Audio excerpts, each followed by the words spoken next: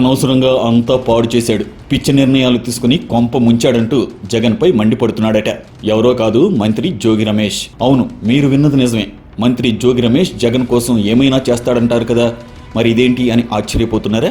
అవును, మరి భ్రమలు పోయి వాస్తవంలోకి వచ్చాక అలాగే ఉంటుందని కొందరు కామెంట్ చేస్తున్నారు. జోగి రమేష్ ఎంత దూకుడుగా వ్యవహరిస్తారో, ఎలాంటి భాష మాట్లాడతారో అందరికీ తెలిసిందే. ఈయన్ను అటు పెడల నుంచి పోటీ చేయనీయకుండా, ఇటు మైలవరంలోనూ చేయనీయకుండా పెనంలూరు పంపాడు జగన్. అక్కడ జోగి గ్యారంటీగా ఓడిపోతాడనేది టాక్. అందుకే అలా ఫైర్ అవుతున్నాడట. పెడనిస్తే ఫైట్ అన్నా ఉండేది, మైలవరం ఇచ్చినా ట్రై చేసుకునేవాడిని, అటు ఇటు కాకుండా పెనంలూరులో పడేశాడని తిట్టుకుంటున్నాడట. అసలు జోగి రమేష్ది మైలవరమే. అక్కడ బీసీ ఓట్లు ఎక్కువగా ఉన్నా వసంతకృష్ణ ప్రసాద్ క్యాష్ పార్టీ కావడంతో అతనికే ఇచ్చి రమేష్ను పెడను పంపించారు. పెడన్లో గెలిచాడు రమేష్, తర్వాత మంత్రి కూడా అయ్యాడు. అయితే అటు మైలవరంలో వసంతతో పేచీలు, ఇటు పెడన్లో భూ కబ్జాలు, ఇలా ఆరోపణలు బాగా పెరగడంతో వ్యతిరేకత పెరిగినట్లు సర్వేల్లో వచ్చిందట.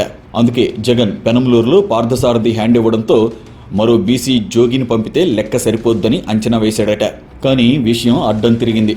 అసలు చంద్రబాబు ఇంటిపైకి దూసుకుపోవడం, రౌడీలాగా వ్యవహారం చేసి మంత్రి పదవి కొట్టేశారని, తర్వాత బాగా సంపాదించుకున్నాడని, తప్పులన్నీ ఈయన చేసి జగన్ మీద పడితే ఎలా అని వైసీపీలోనే కొందరు ప్రశ్నిస్తున్నారట.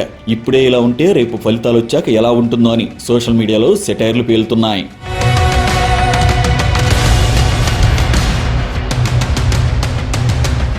ఈ వీడియో గనక మీకు నచ్చినట్టయితే లైక్ చేయండి, షేర్ చేయండి, సబ్స్క్రైబ్ చేసుకోండి.